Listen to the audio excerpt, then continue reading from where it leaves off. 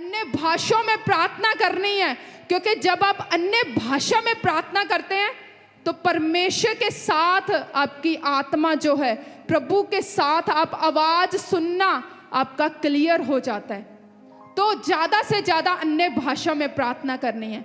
जब मेरी इंटरव्यू थी और जब मैं उस दिन 40 डे फास्टिंग चल रहे थे और 1 घंटा खाना खाना था और दिल्ली मेरी इंटरव्यू थी, और उस समय मैं जब सुबह मेरी इंटरव्यू थी और रात को जब हम गए और मैं पूरा अन्य भाषा में प्रार्थना करी, कहीं रुकना नहीं है क्योंकि फास्टिंग है, 1 घंटा खाना खाना है, तो ऐसे गए।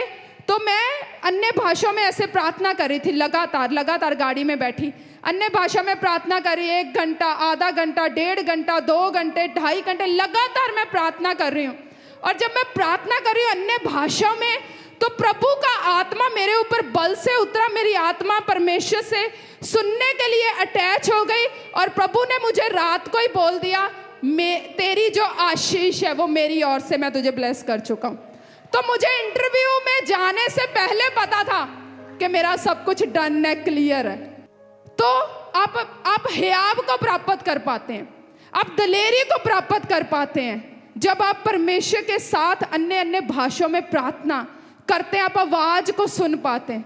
तो अन्य भाषाओं में प्रार्थना करनी, बीज बोना, चर्च लगातार आना, सेवा करनी, ये 2026 में आपका ये होना चाहिए।